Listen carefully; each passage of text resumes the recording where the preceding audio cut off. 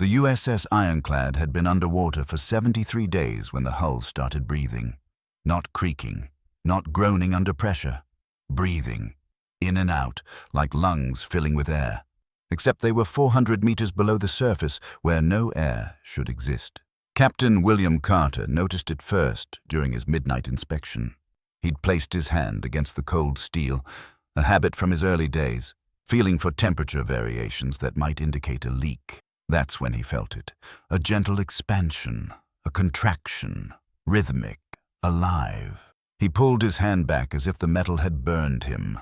Around him, the narrow corridor was silent, except for the ever-present hum of the electrical systems and the distant sound of someone snoring in the crew quarters. He pressed his palm against the hull again. There it was, unmistakable. The steel was moving beneath his touch, swelling and deflating with the regularity of a heartbeat. Carter had commanded submarines for 12 years. He'd survived depth charge attacks, equipment failures, and a fire that had nearly suffocated his entire crew off the coast of Iwo Jima. He knew every sound a submarine made, every vibration, every quirk of the machinery. This was none of those things. He stood in that corridor for nearly 20 minutes, his hand pressed against the breathing steel, trying to rationalize what he was feeling. Thermal expansion from the engines? No, the pattern was too regular, too organic. Pressure fluctuations in the ballast tanks? Impossible. They were maintaining steady depth. Hydraulic systems cycling somewhere nearby. He knew the location of every hydraulic line on this boat, and none ran through this section. Whatever this was, it defied every logical explanation he could construct.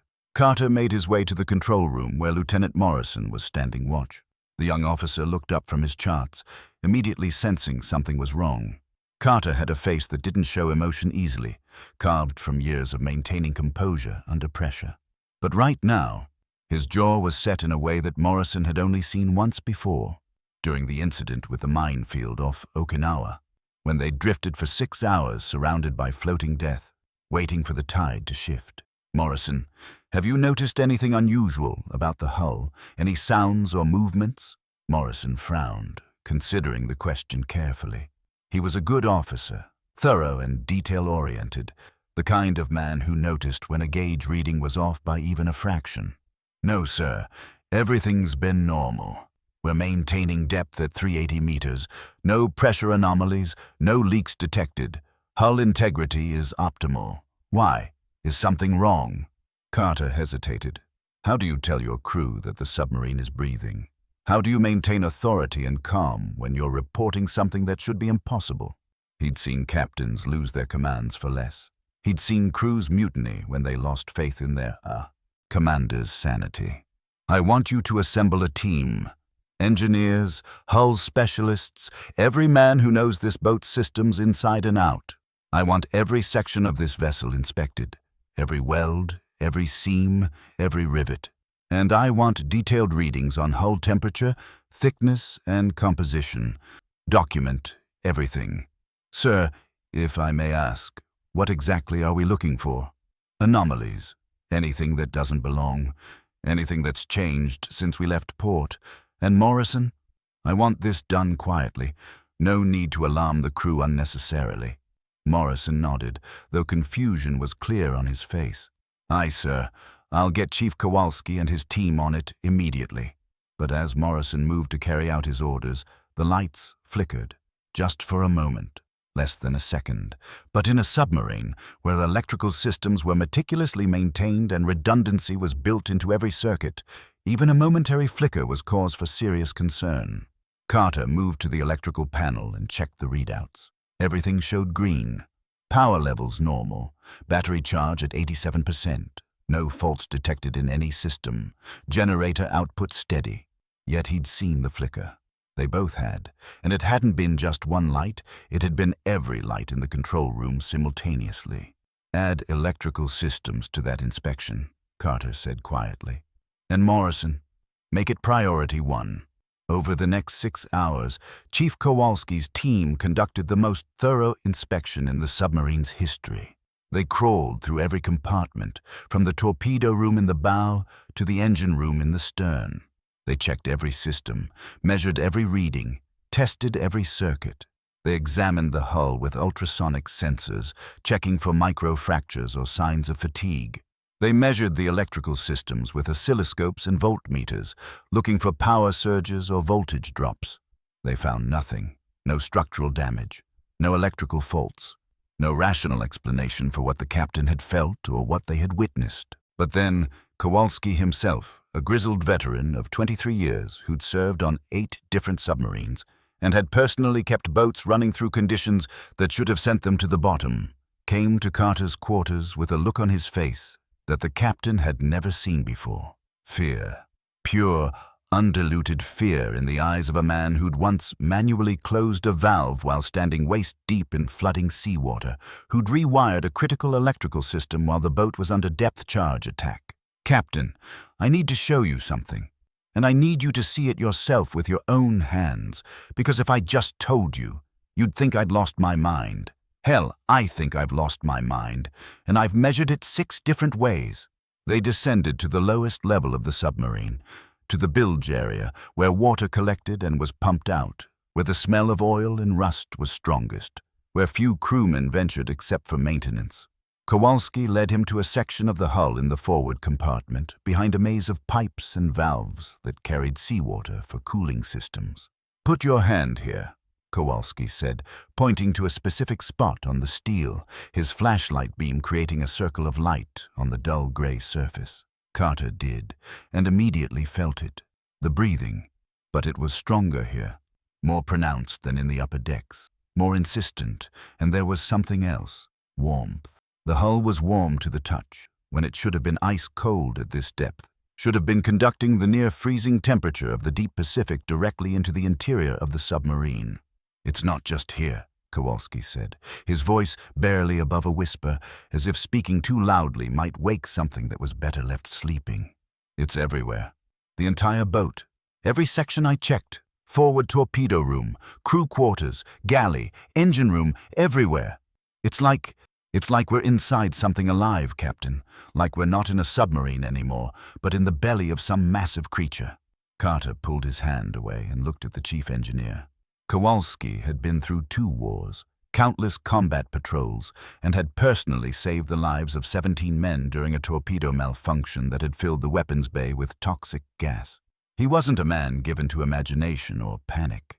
He dealt in facts, in measurements, in cold engineering reality. "How long have you known?" "Since the inspection started, about 5 hours ago." "But Captain, there's more. The metal, it's changing. Not visibly. You can't see it with your eyes, but when I ran my gauges over it, when I took microscopic samples and examined them under the lab scope, the composition was off, just slightly, like there's something else mixed in with the steel now, something that shouldn't be there, something organic." Carter felt a chill that had nothing to do with the temperature. Organic. That's impossible. Steel doesn't just incorporate organic material. It's an alloy, iron and carbon and trace elements. You can't mix living tissue with metal. "I know, sir. I know it's impossible. But I'm telling you what my instruments are reading. I've checked them twice, had Johnson verify my findings independently without telling him what I was looking for. The results are consistent. There's organic material integrated into the hull's molecular structure. And there's one more thing." Kowalski hesitated, as if afraid to speak the words aloud, as if saying them would make them more real. "The hull is getting thicker, about 0.5 millimeter since we left port 73 days ago. I compared our current readings to the specifications from our last dry dock inspection. It's growing, Captain. The submarine is growing." Before Carter could respond, before he could process the implications of what Kowalski had told him, the intercom crackled to life. It was Hayes, the executive officer, and there was a tension in his voice that immediately put Carter on alert. "Captain, to the control room immediately. We have a situation." They raced back up through the submarine, climbing the narrow ladders between decks, Carter's mind reeling with the implications of what Kowalski had told him. A growing hull, organic steel, breathing metal. None of it made sense. None of it was possible according to any known laws of physics or biology. Yet it was happening. The evidence was undeniable. In the control room, Hayes stood at the sonar station with Petty Officer Jackson, who looked like he'd seen a ghost. His face was pale, his hands trembling slightly as they hovered over the controls. "Captain, we've been tracking something for the past hour. It started out faint, barely registering on our passive sonar, so we thought it might be a whale or a school of fish, but it's been following us, matching our speed exactly, staying at a constant distance of about 200 meters off our port side. And, sir, it's big, really big." Carter looked at the sonar display. There it was. A large contact, roughly the same size as the submarine itself, maybe even larger. The acoustic signature was strange, unlike anything in their classification database. "Have you attempted to identify it?" "We've run through every classification in our database, sir. Twice. It doesn't match any known vessel. Not American, not Soviet, not British, not anything. The acoustic signature is wrong. It's too fluid, like it's constantly changing shape, and the sound it's making, it's not mechanical. There's no propeller noise, no engine vibration, nothing that would indicate a man-made vessel." Carter watched the screen for several minutes, his trained eye analyzing the contact's movement pattern. The contact moved with them, never closing the distance, never falling behind. It maintained perfect position relative to the submarine, adjusting its speed when they adjusted theirs. It was as if it was pacing them, studying them, learning their capabilities. "Sir," Jackson said suddenly, his voice tight with tension, his hand gripping the edge of the sonar console. "It's doing something. The signature is changing. I think it's getting closer." On the sonar display, the contact was indeed moving, slowly, gradually, but definitely approaching. 180 meters, 160 meters. 140 meters. The distance was closing at a steady rate. "Battle stations," Carter ordered, his voice cutting through the tension in the control room. "Load torpedo tubes 1 and 2. Flood tubes, but hold fire until I give the command. I want solutions on that contact immediately, and get me the weapons officer up here now." The submarine erupted into controlled chaos as men rushed to their stations. The torpedo room crew loaded the weapons with practiced efficiency, their movements automatic from countless drills. Throughout the boat, hatches were secured, watertight doors were dogged down, and men assumed their combat positions. In less than 3 minutes, they were ready for combat, every man at his station, every weapon ready to fire. But the contact didn't attack. At 100 meters, it stopped, just stopped, as if it had reached some predetermined distance and would come no closer. And then, something extraordinary happened. The sonar started picking up sound from the contact, not the mechanical noise of machinery or propellers, but something else entirely. A series of pulses, rhythmic, patterned, complex, almost like communication. "Captain," Jackson said, his voice trembling slightly as he adjusted his headphones, trying to filter out background noise. "I think it's trying to talk to us. These patterns, they're too regular to be random. There's structure here, intent." Carter leaned over the sonar station, listening to the pattern of pulses.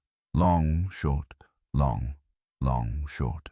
It repeated over and over, like Morse code, but not quite. The rhythm was off, the timing too organic, too irregular to be any human communication system, but it was definitely intentional, definitely, meant to convey something. And then Carter realized something that made his blood run cold, that made the hairs on the back of his neck stand up. The pattern of pulses matched the rhythm of the hull's breathing, perfectly synchronized. The submarine was breathing in time with whatever was out there in the water. They were connected somehow, linked. He straightened up and looked at Hayes, seeing his own fear reflected in the executive officer's eyes. "Get me the ship's log. Every entry since we left Pearl Harbor. I want to know every unusual occurrence, every anomaly, every moment when something didn't feel right, no matter how small or insignificant it seemed at the time." Hayes retrieved the log from its secure locker, and they spread it out on the navigation table. As they reviewed the entries, reading through 73 days of routine operations and minor incidents, a pattern emerged. Small things at first, easy to dismiss individually. A sailor reporting strange dreams about swimming in darkness. Another complaining about hearing whispers in the engine room when no one else was there. Temperature fluctuations in certain compartments that couldn't be explained by the environmental systems. equipment that had been functioning perfectly, suddenly failing for no apparent reason, then mysteriously repairing itself without any intervention. And all of it had started exactly 37 days ago. The same day they'd passed through a section of ocean marked on old maps as the Devil's Bathtub, a deep trench where dozens of ships had disappeared over the centuries. The Navy had dismissed the legends as superstition, the tales of old sailors trying to explain away navigational errors and bad weather. Submarines had passed through the area before without incident. It was just another patch of deep ocean. But Carter remembered now. He remembered the moment they'd crossed into that trench. He'd been in his quarters, reviewing operational orders, and he'd heard something. A sound like metal scraping against metal, long and drawn out, like fingernails on a chalkboard, but deeper, more resonant. He'd assumed it was the hull adjusting to the pressure change as they descended into the deeper water. But what if it wasn't?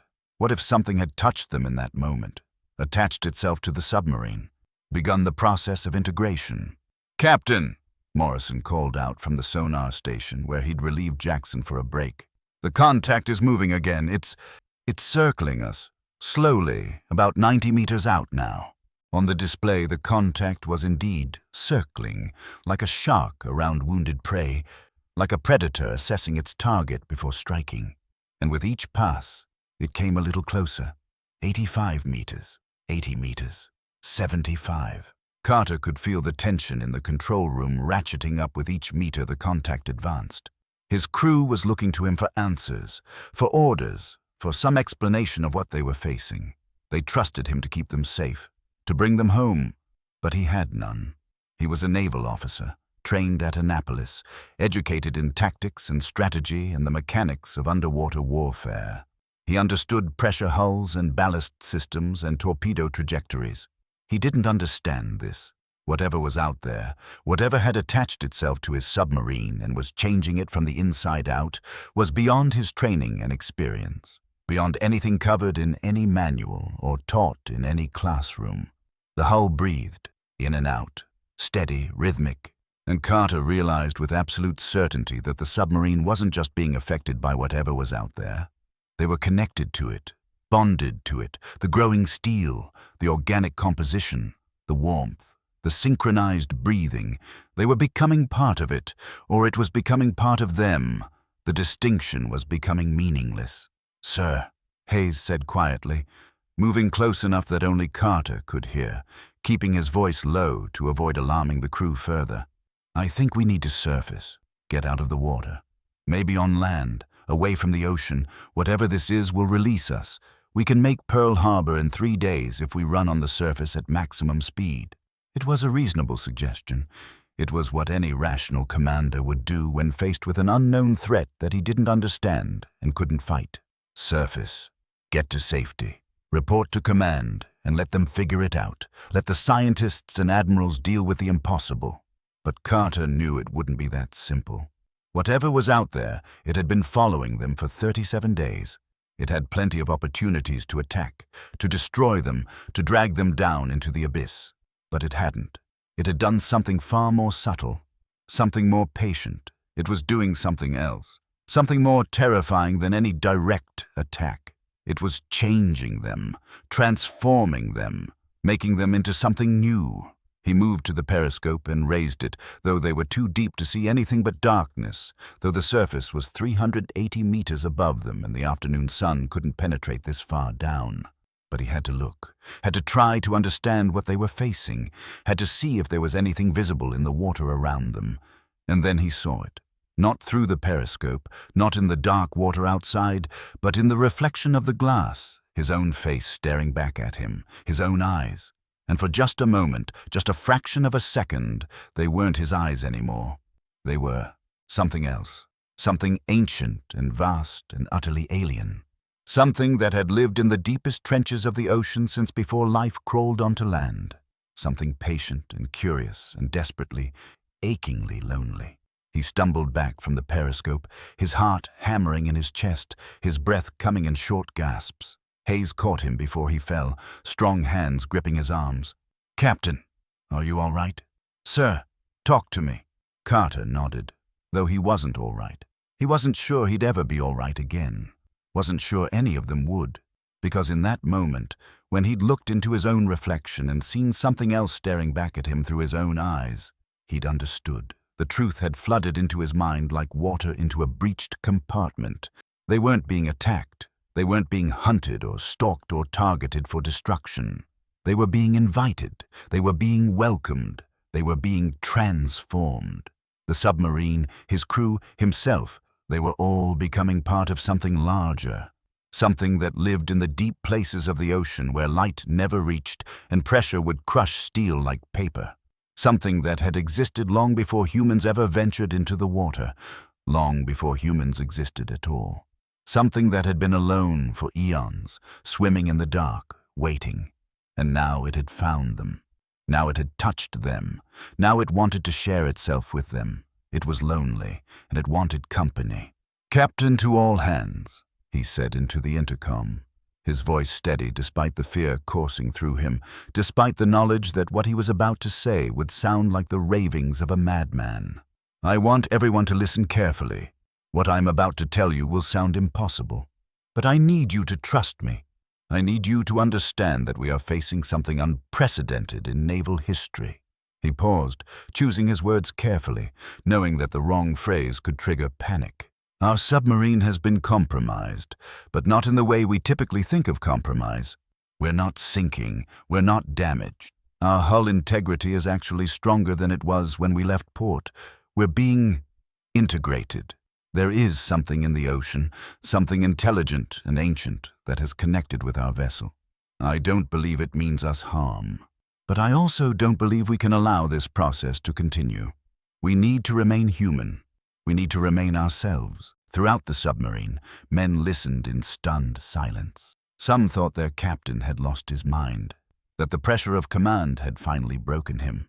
Others, who had felt the breathing hull or heard the whispers in the darkness or woken from dreams of swimming in endless black water, knew he was speaking the truth. They'd felt it too.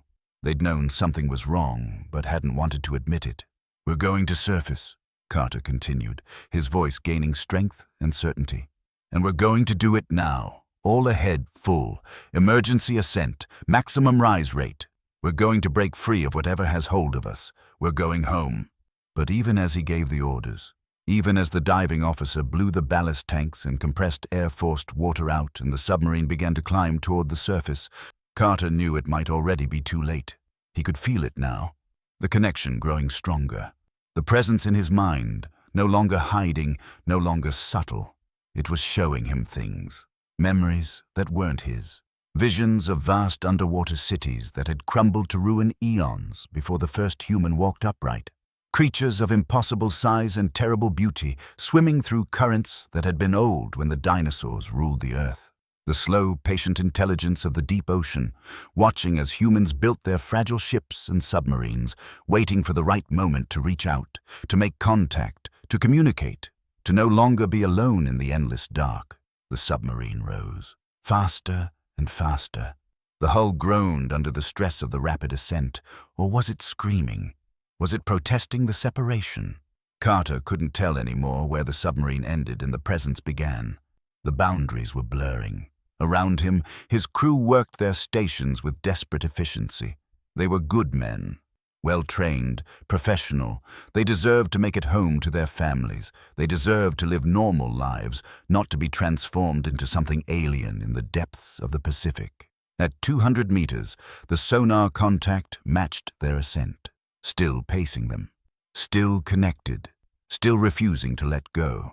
At 100 meters, Kowalski reported over the intercom that the hull's breathing had accelerated, the rhythm faster now, more urgent. It was panicking, or excited. Carter couldn't tell which. Maybe there was no difference. At 50 meters, they could see daylight through the periscope, actual sunlight filtering down through the blue water. The surface. Safety. Escape. Home. So close now. Just a few more meters, and then, at 20 meters, with the surface clearly visible above them, with freedom within reach, everything stopped. The engines cut out. The lights died. Emergency lighting kicked in, bathing the control room in eerie red glow that made every face look like a demon's mask. The submarine hung suspended in the water, so close to the surface they could feel it, could sense the air and light and warmth above them, but unable to reach it, held in place by something invisible and irresistible. "All systems dead," the engineering officer reported, frantically checking his boards, flipping switches that did nothing. "Main power gone, backup power gone, battery power gone. It's like something just turned us off. This isn't possible. The batteries should still work, even if everything else fails. They're just chemical reactions. You can't turn off a battery." In the red-lit darkness, Carter heard it. Not through the hull, not through the sonar, but in his mind, a voice, ancient beyond measure, patient beyond human understanding, curious about these strange creatures who had built this metal shell and descended into its realm. "Why do you fear? We mean no harm. We are simply curious. It has been so long since anyone ventured deep enough to find us, to hear us, to see us as we truly are. We are lonely in the dark. The ocean is vast and we are alone. Stay with us. Learn with us. Share your experiences and we will share ours. Become with us. Become something new. Something that can survive in both your world and ours." Carter closed his eyes, feeling tears run down his cheeks for the first time since his father's funeral 20 years ago. He understood now. This wasn't an attack. This wasn't a hostile act. It was an invitation from something so fundamentally different from humanity that communication was almost impossible. It was reaching out the only way it knew how, by integration, by transformation, by making them into something that could bridge the gap between two forms of intelligence that had evolved in completely separate environments. But acceptance would mean the end of everything they were, the end of their humanity, the end of their individual selves, their memories, their identities. They would become something new, something merged, something that was neither human nor the ancient presence, but a fusion of both. He opened his eyes and spoke aloud, knowing somehow that the presence would hear him, would understand, even though they had no common language, no shared frame of reference. "We appreciate your invitation. We understand your loneliness, but we cannot accept. We have families above the water, lives, purposes, people who love us and wait for us. We must return. Please, let us go." Silence, long and deep and considering. Carter could feel the presence thinking, processing, trying to understand these strange concepts. Family, love, individual identity. Things that had no meaning to something that had been alone for so long that loneliness was its natural state. Then, "If you leave, you will forget. Your minds are not built to hold such memories.